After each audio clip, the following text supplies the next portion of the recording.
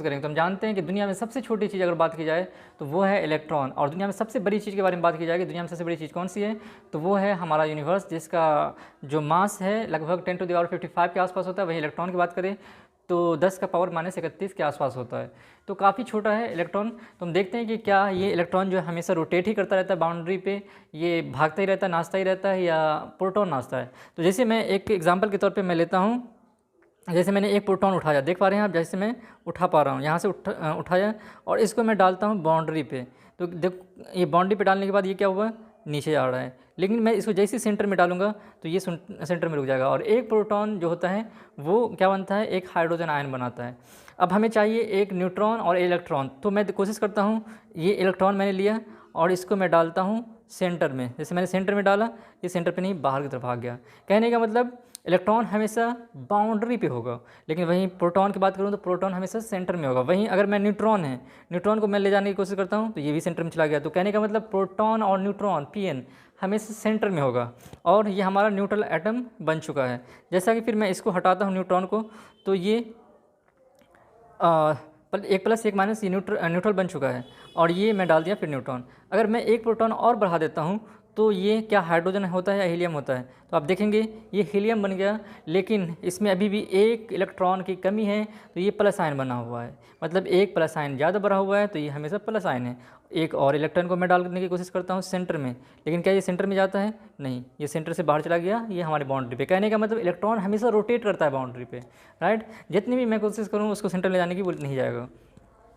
तो फिर ये बन गया हीलियम, और मैं एक और जो न्यूट्रॉन है इसको मैं डाल देता हूँ सेंटर में। फिर से मैं एक और, अगर मैं इलेक्ट्रॉन बढ़ाने की कोशिश करता हूँ तो क्या होगा, इलेक्ट्रॉन माइनस चार्ज है और इलेक्ट्रॉन को बाउंड्री पे होगा, तो ये क्या लिथियम माइनस बनेगा या प्लस बनेगा। मैं देखता हूँ बाउंड्री पे डालने की, और मैंने, अरे नीचे जा रहा है, इसको फिर मैं डाल रहा हूँ बाउंड्री पे, नीचे जा रहा है, इसको मैं आ गया और ये बन गया अभी निगेटिव आयन ही बना हुआ है, माइनस आयन। और इस पर एक और मैं डाल देता हूँ तो ये लिथियम न्यूट्रल बन गया, राइट। मतलब जैसे प्रोटॉन की मैं बढ़ाऊँगा, इलेक्ट्रॉन बढ़ाऊँगा, वो अदर मेटल बनता जाएगा।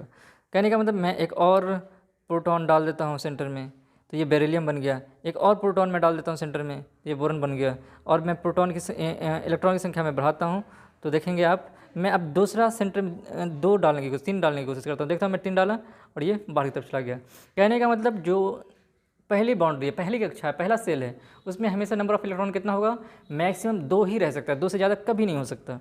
उसके बाद में ये न्यूट्रल एटम बन चुका है। अब मैं चौथा इलेक्ट्रॉन डालने की कोशिश करता हूँ बाउंड्री पे, देखेंगे चौथा है, लेकिन ये माइनस से बोरन ही है। 5वां मैं डालने की कोशिश करता हूँ, ये 5वां भी बन गया। लेकिन जैसे मैं प्रोटॉन की संख्या बढ़ाऊँगा, कार्बन बना, फिर प्रोटॉन की संख्या बढ़ाऊँगा, कार्बन है, फिर मैं प्रोटॉन की संख्या बढ़ाऊँगा, फिर मैं प्रोटॉन की संख्या बढ़ाया, 7 हो गया, नाइट्रोजन बन गया, फिर मैं 8 ऑक्सीजन बन गया, फिर मैं 9 बनाया, फ्लोरीन बन गया। और ये मैं जितना सारा न्यूट्रॉन को मैं डालने की कोशिश करता हूँ, और मैं कुछ इलेक्ट्रॉन भी बढ़ा दे रहा हूँ। तो आपने देखा ये न्यूट्रल एटम बन चुका है। एक और इलेक्ट्रॉन है 2 8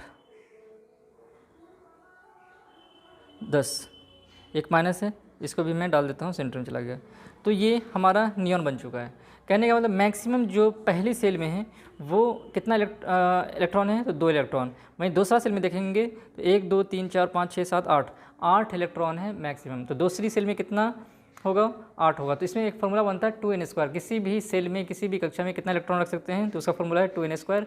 मतलब अगर पहली कक्षा में तो n = 1 डालेंगे तो 2 आ जाएगा। अगर n = 2 डालेंगे तो 2 दूना 4 दूना 8 आ जाएगा। 3 डालेंगे तो 3 3 9 दूना 18, 4 चौका 16 दूनी 32, 5 5 25 दूना 50, है ना।